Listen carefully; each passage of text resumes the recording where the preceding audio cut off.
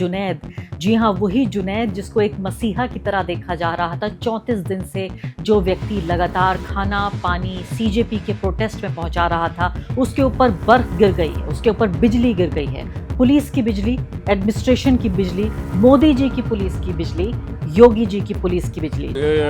कल शाम में मेरे घर पर पुलिस आई, मेरे पिताजी को लेकर गई उठा करके। बाद मेरी बहन रहती है मेरठ में, उनके ससुर को और उनके देवर को उठा कर लेके गई। 5 छात्र ये लौट रहे थे। इस प्रोटेस्ट से आधी रात को पुलिस ने उनको हिरासत में ले लिया और साथ साथ उनको ले गए पुलिस स्टेशन भी। अब देखिए जुनैद, आपको लग रहा होगा एक ऐसा व्यक्ति जिसको एक तरह के सेलिब्रिटी का एक स्टेटस मिल चुका है, एक स्टार बन चुका है, वो व्यक्ति जिससे हाथ मिलाने के लिए वहां पर सैकड़ों लोग जमा होते हैं। जुनैद हमारा नायक है, दाढ़ी टोपी वाला, अपनी पहचान से भी जरा भी उसको झिझक नहीं होती, जरा भी उसको इस बात का ख्याल नहीं होता कि उसकी दाढ़ी टोपी उसके लिए हमले के एक सीधे तौर पर सबब बन सकता है। कैसे एक जुनैद हीरो बन गया।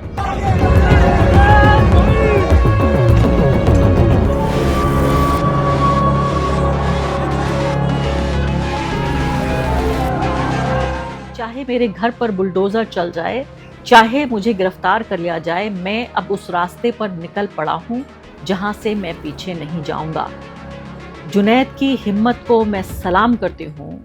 रहमतें तेरी अगयार के काशानों पर, बर्फ गिरती है तो बेचारे मुसलमानों पर। अल्लामा इकबाल एक ज़माने पहले जब उन्होंने ये बात कही थी, नहीं लगता था कि आज ये बात इतनी सच साबित होगी। बर्फ यानी कि बिजली गिरती है तो मुसलमान पे ही गिरती है।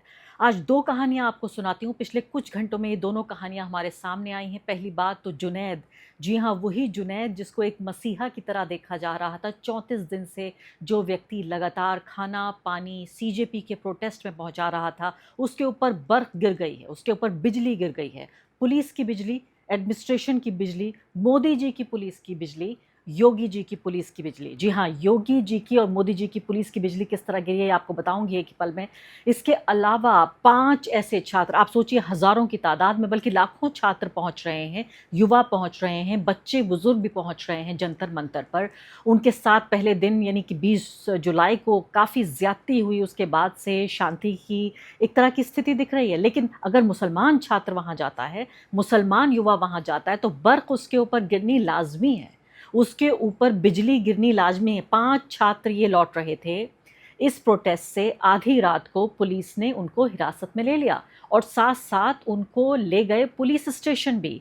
जामिया मिलिया इस्लामिया की ये कहानी है। वीडियो लगातार अपनी खिड़की में देखते रहिए आप, ये विंडो में। इसके अलावा इसका कुछ हिस्सा आपको सुनवाऊंगी भी, साथ साथ मैंने बताया कि जुनैद की कहानी आपको सुनाऊंगी, किस तरह से उसकी फैमिली को पूरे तरीके से ब्लैकमेल करने की कोशिश हो रही है कि किसी तरीके से जुनैद ये खाना पानी पहुंचाने की जो मसीहाई कर रहे हैं वो नहीं करें। इनको सिर्फ पंक्चर बनाने वाला मुसलमान चाहिए, दूसरा मुसलमान इनको जेल में चाहिए, तीसरा मुसलमान का घर बुलडोज होना चाहिए, चौथे मुसलमान की लिंचिंग होनी चाहिए। लेकिन मुसलमान कभी इंसानियत की एक तस्वीर के तौर पर उभरता है तो इनको बड़ा नागवार गुजरता है।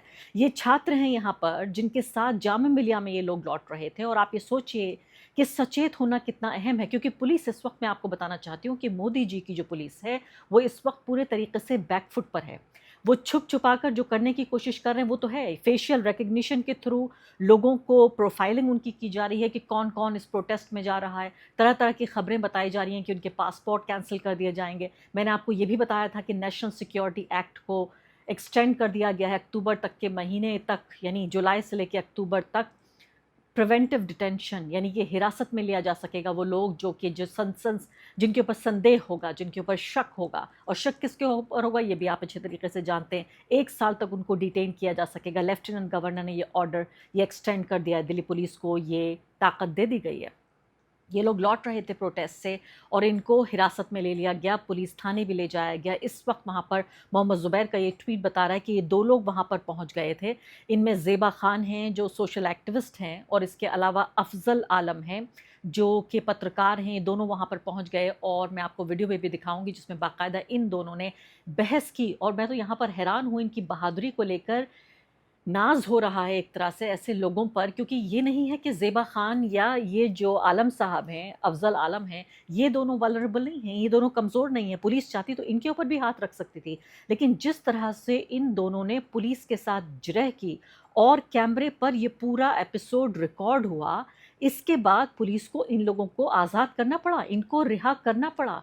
सबसे ज़्यादा सरप्राइजिंग बात यह है कि सिर्फ इसलिए क्योंकि पूरा ये इंसिडेंट आधी रात को रिकॉर्ड हो रहा था कैमरे पर, और वहाँ इन पुलिस के जो लोग थे, इनसे जूझने के लिए लोग तैयार थे। सोशल एक्टिविस्ट, खुद एक मुस्लिम महिला ज़ेबा खान, वो वहाँ पर मौजूद थी, और इसके अलावा ये जो अफजल आलम थे पत्रकार, ये दोनों मौजूद थे।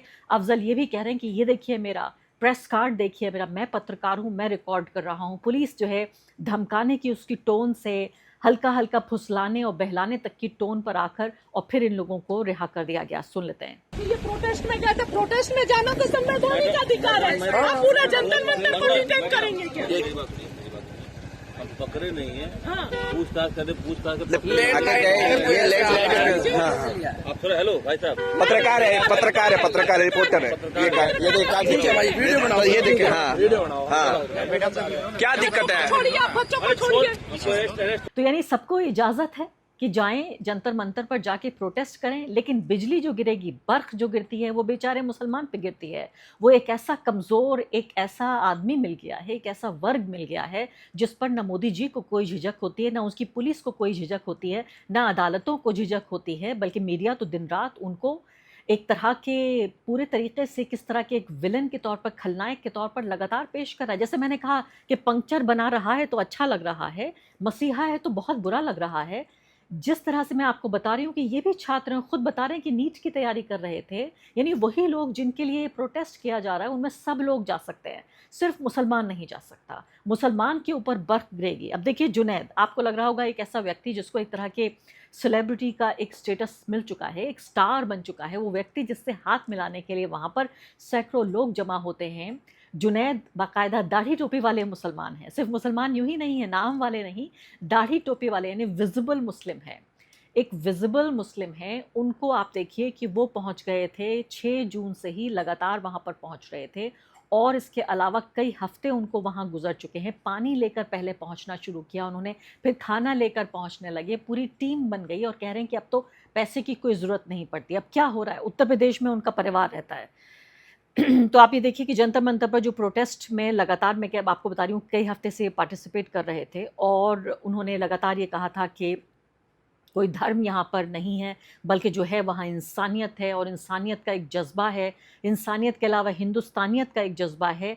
इनके घर पहुंचकर उन्होंने धावा दे दिया, पुलिस ने रेड की इनके घर पर जाकर, और इनके पिताजी को पहले एक बार रात में उठा लिया, फिर वापस करके चले गए, फिर इनके पिताजी को सुबह में उठा लिया, फिर उनको वापस करके गए या नहीं इसकी खबर मुझे मालूम नहीं है, लेकिन अभी तक 2 बार पुलिस इनको उठा चुकी है। और अगर इतना ही काफ़ी नहीं था, उनके नाबालिग जो भाई हैं उसकी भी खबर आ रही है कि उसको भी उठाया गया है। मेरठ में इनकी बहन की शादी हुई है, मेरठ में बहन के जो ससुर हैं उनको उठा लिया गया, पूरे परिवार के जो बैंक के कार्ड्स हैं, जो आधार कार्ड है, उनको जब्त कर लिया गया है। क्या करने की कोशिश कर रही है पुलिस? ये सब करके कमज़ोर करने की कोशिश कर रही है जुनैद को एक माजूर करने की कोशिश कर रही है, और कहा जा रहा है कि जुनैद को यहाँ प्रोड्यूस कर दो, यानी जुनैद को वापस ले आओ इस प्रोटेस्ट से, तो आप सबको छोड़ दिया जाएगा। लेकिन किस मिट्टी का बना हुआ है ये व्यक्ति जुनैद, और जितना जुल्म इंसान के ऊपर होता है, मुझे लगता है कि ये भी एक तरह की ह्यूमन कैपेसिटी है कि जब उससे आगे हद हो जाती है, जुल्म की इंतहा हो जाती है, तो इंसान के पास बहादुर होने के अलावा और कोई चारा नहीं रहता। जो असाधारण, गैर मामूली जो हालात हैं, वो मामूली लोगों को भी गैर मामूली बना देते हैं। मामूली लोग भी रिवोल्यूशनरी बन जाते हैं, क्रांतिकारी बन जाते हैं। हमने आज़ादी के दौर में भी देखा, हमने इमरजेंसी के दौर में भी देखा, हमने देखा किस तरह से देश में जो अलग अलग आंदोलन हुए, चाहे वो किसान आंदोलन हो या NTCA NRC प्रोटेस्ट रहा हो, वो आंदोलन, हर जगह हमने देखा है कि बेहद मामूली लोग गैर मामूली हालात में गैर मामूली हो जाते हैं, वो हीरोज़ बन जाते हैं, हमारे नायक बन जाते हैं। जुनैद हमारा नायक है, दाढ़ी टोपी वाला, अपने पहचान से भी ज़रा भी उसको झिझक नहीं होती, ज़रा भी उसको इस बात का ख्याल नहीं होता कि उसकी दाढ़ी टोपी उसके लिए हमले के एक सीधे तौर पर सबब बन सकता है। कैसे एक जुनैद हीरो बन गया? तो इन तमाम तरह की जो टैक्टिक्स हैं उनके ज़रिए कोशिश की जा रही है कि जुनैद के परिवार के ज़रिए जुनैद को कमज़ोर कर दिया जाए, ताकि जुनैद जो खाना पानी पहुंचा रहा था और जो एक इंसानियत की मिसाल देखने को मिल रही थी जो जंतर मंतर पर, उसको पूरे तरीके से ख़राब किया जा सके। इस पूरे प्रोटेस्ट आंदोलन को किसी तरीके से या तो मुसलमानों से जोड़ दिया जाए, या इसको नक्सलवादियों से जोड़ दिया जाए, माओवादियों से जोड़ दिया जाए, ISI से जोड़ दिया जाए, CIA से जोड़ दिया जाए, देश विरोधी ताकतों से जोड़ दिया जाए। और ऐसे में जब एक मुसलमान दिखने वाला, दाढ़ी टोपे वाला मुसलमान जब दिखता है सामने और पानी और खाना देकर लोगों का दिल लूट रहा है। मुझे याद है एक महिला जो पहुंची थी उत्तर प्रदेश के किसी शहर से और बाकायदा रो रही थी जुनैद से मिलते हुए और कहा तुम मेरे भाई जैसे हो, उनको गले लगाया। ललन टॉप का ये वीडियो मैं देख रही थी जिसमें साफ तौर पर जुनैद क्या कह रहे हैं। मैं सोच रही थी पहली बात तो जुनैद ये भूल गए कि वो जुनैद हैं, या उनको याद था वो जुनैद हैं, उसके बावजूद भी ये सारे काम कर रहे थे। क्या जुनैद को अंदाज़ा नहीं था इस बात का कि वो मुसलमान है? क्यों उन्होंने इस बात की जुर्रत की? क्यों इतनी हिम्मत की? क्यों इतनी इंसानियत दिखाई? एक ऐसे देश में जहाँ तेज़ी से इंसानियत मर रही है, जहाँ हमारी सरकार, हमारी पुलिस, हमारी अदालतें, हमारा मीडिया इंसानियत का, हिंदुस्तानियत का गला घोट रहा है, ऐसे में जुनैद ने क्यों नहीं याद रखा कि वो मुसलमान हैं? क्यों जुनैद ने याद नहीं रखा कि इस देश में इंसानियत मर रही है और जो लोग भी इंसानियत को, हिंदुस्तानियत को ज़िंदा करने की कोशिश करेंगे उनको माफ़ नहीं किया जाएगा। अभी देखिए जुनैद क्या कह रहे हैं। जुनैद कह रहे हैं कि चाहे मेरे घर पर बुलडोज़र चल जाए, चाहे मुझे गिरफ्तार कर लिया जाए, मैं अब उस रास्ते पर निकल पड़ा हूँ जहाँ से मैं पीछे नहीं जाऊँगा। जुनैद की हिम्मत को मैं सलाम करती हूँ।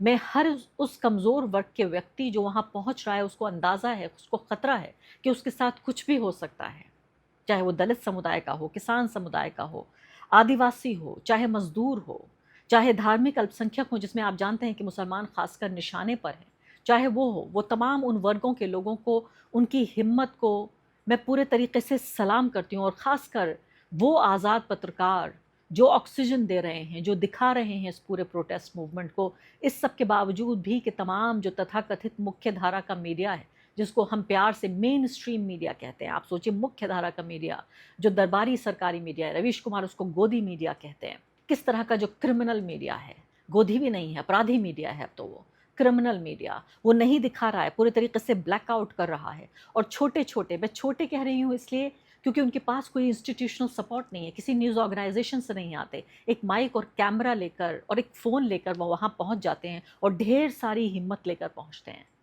एक अदना सा फ़ोन, एक छोटा सा माइक और ढेर सारी हिम्मत लेकर पहुँचे ये छोटे छोटे पत्रकार इतनी बड़ी पत्रकारिता कर रहे हैं जिससे मेरे जैसे लोगों को भी दिन रात हिम्मत मिलती है, हौसला मिलता है। और आप यकीन जानिए कि ये कॉकरोच जनता पार्टी का जो पूरा प्रोटेस्ट है, ये सिर्फ इन्हीं लोगों के बलबूते, जुनैद जैसे लोगों के बलबूते, इन्हीं आज़ाद पत्रकारों के बलबूते, जो छोटी मोटी news organisations, the wire, the Quint, इसके अलावा स्क्रोल, इस तरह की जो ऑर्गेनाइजेशन बची हुई हैं, सिर्फ उनके ज़रिए, कुछ ऐसे आज़ाद पत्रकार और कुछ ऐसे आज़ाद इंस्टीट्यूशंस, उनके ज़रिए ये पूरा प्रोटेस्ट चल रहा है, लगातार सस्टेन किए हुआ है।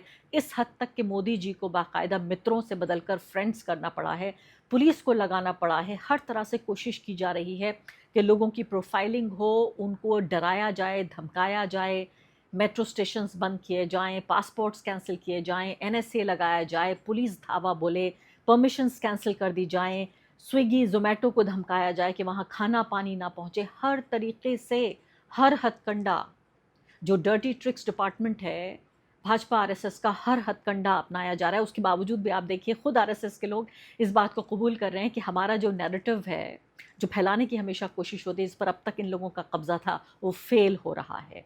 नरेंद्र मोदी जी एडवाइस कर रहे हैं, बीजेपी के लोगों को कह रहे हैं कि आप में से ज़्यादातर लोग जाइए इंस्टाग्राम पे अकाउंट बनाइए। ज़रूरत इस बात की है कि इंस्टाग्राम पे अकाउंट बनाने से पहले जिन लोगों के अकाउंट हैं और जो लोग न सिर्फ कि लोकप्रिय बल्कि महालोकप्रिय हो रहे हैं इस प्रोटेस्ट में जाकर, उनकी बात को सुनिए कि वो क्या कहने की कोशिश कर रहे हैं। मोदी जी, आपको कहने की नहीं, इस वक्त सुनने की ज़रूरत है। आपको अपने मन की बात कहने की ज़रूरत नहीं है, जनता के मन की बात सुनने की ज़रूरत है।